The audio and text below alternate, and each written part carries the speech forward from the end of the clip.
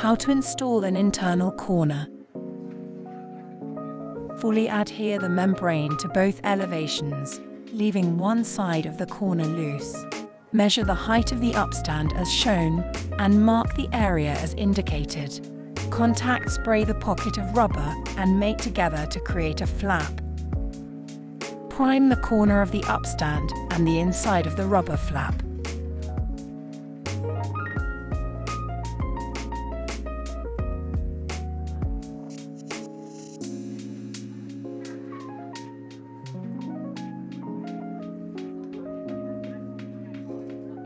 Once dry, mate together.